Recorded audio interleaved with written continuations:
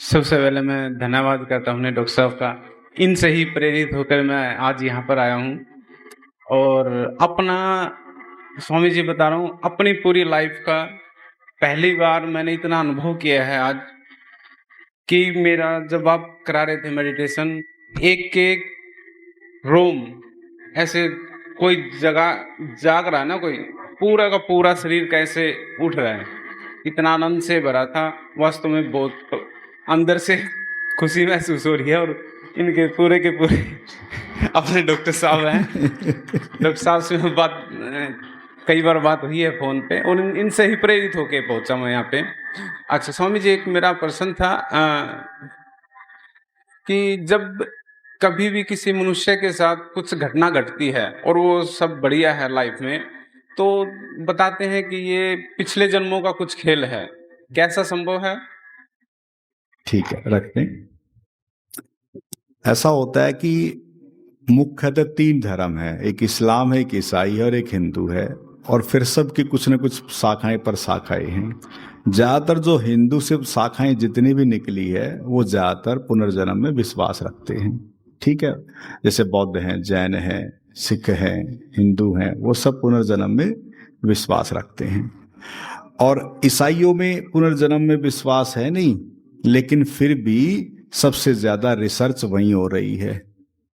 ठीक है, तो अब वो भी धीरे धीरे कह रहे हैं कि हाँ, पिछली जो लाइफ है, पिछली जो यात्रा है, पुनर्जन्म होता है। वो रिसर्च करके अब उस पर खोजबीन करके बता रहे हैं।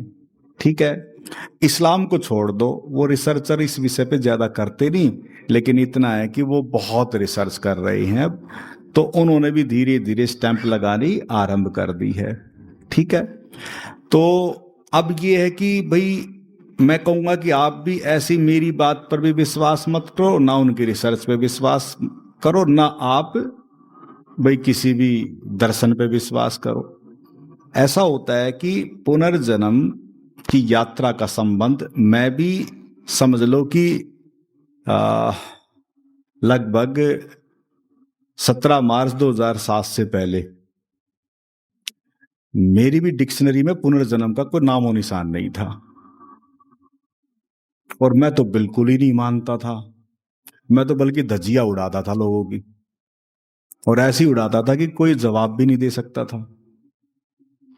लेकिन क्या होता है कि जब किसी के जीवन में कुछ घटता है, तो इतना था कि जैसे कॉलेज में जब हम गए तो जैन धर्म के विषय में भी हमने पढ़ा, बौद्ध धर्म के विषय में भी पढ़ा, तो उनकी शिक्षाओं में पुनर्जन्म जरूर आ गया। तो थोड़ा दिमाग चला यार, ये पुनर्जन्म का तो ये भी मामला उठ रहा है। और बुद्ध जैसा व्यक्ति जो बुद्धत्व को प्राप्त है, ऐसा तो संभव नहीं है कि भाई ये ऐसे ही बोलेगा। तो थोड़ा थोड़ा ये हुआ कि ये है भी कि नहीं है, तो शंका पैदा हुई। तो धीरे धीरे उस शंका का मिटना कब हुआ? जब खुद मेरे जीवन की यात्रा हुई, और तब मैंने अपने जीवन को जब देखा, तो तब ये हुआ कि अरे भाई कमाल है, ये तो सब चीजें हैं। तो मैं अपने अब एक्सपीरियंस के आधार पे कह सकता हूं मैं कि मेरे अनुसार बिल्कुल पिछले जन्मों की यात्रा होती है, इसलिए आप यहां तक पहुंचे हैं। अच्छा एक चीज बताओ, यहां मुझे लगता है कि 3 से 4 प्रोग्राम होते हैं लेवल 1 के, उसमें तो कभी 40, कभी 50, कभी 100, 125, 150 लोग, और बहुत बार हम कार्यक्रम करते ही रहते हैं, है ना। कमाल है, ऐसे कार्यक्रम में कितने पहुंचते हैं? तो ये यात्रा ही तो है कि वहां किसके भीतर ऐसे पथ मार्ग पर चलने की यात्रा है, तो वही इस पथ पर चलेगा जो ये पथ वो पथ है जो सही में आपको अपने अंतस से जोड़ता है। और फिर जो पिछली यात्राओं का संबंध आपके इस जीवन से इसलिए जुड़ा है क्योंकि आपको आध्यात्मिक उन्नति और विकास करना क्यों, किस लिए?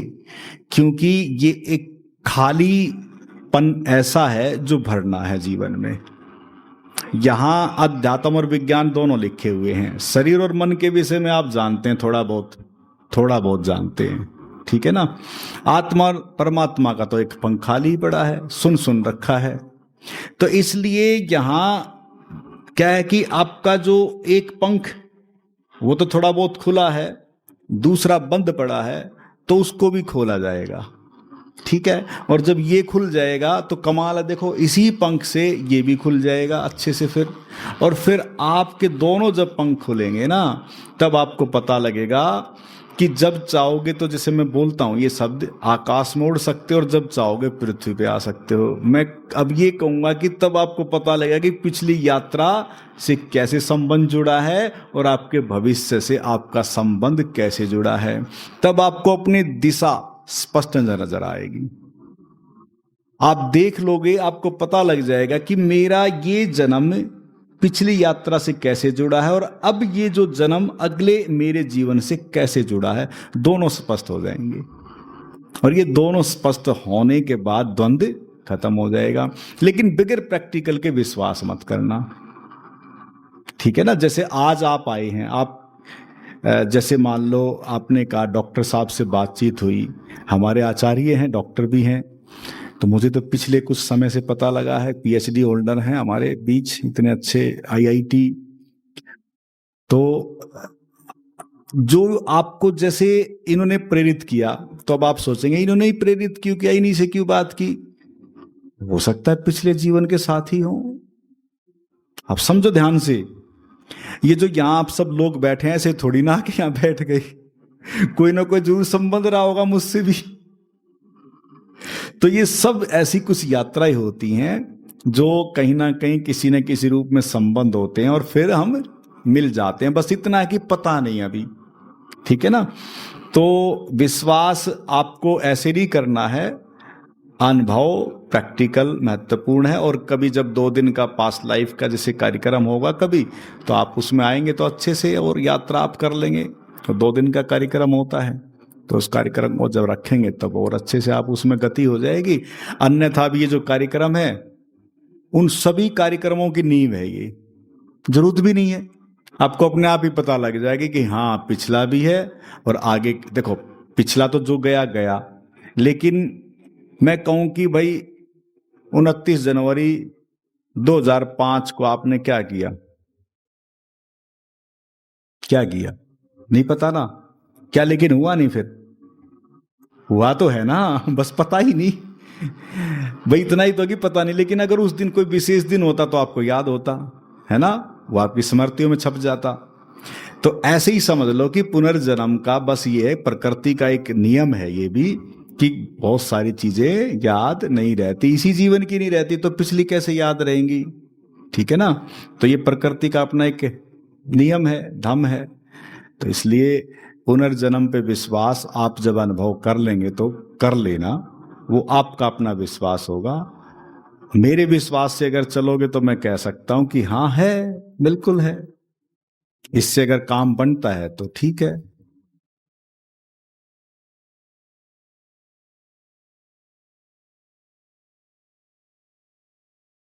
और वीडियोस देखने के लिए YouTube पर सर्च करें आनंदमय जीवन धारा। चैनल को सब्सक्राइब करें और आप अन्य वीडियोस देख सकते हैं।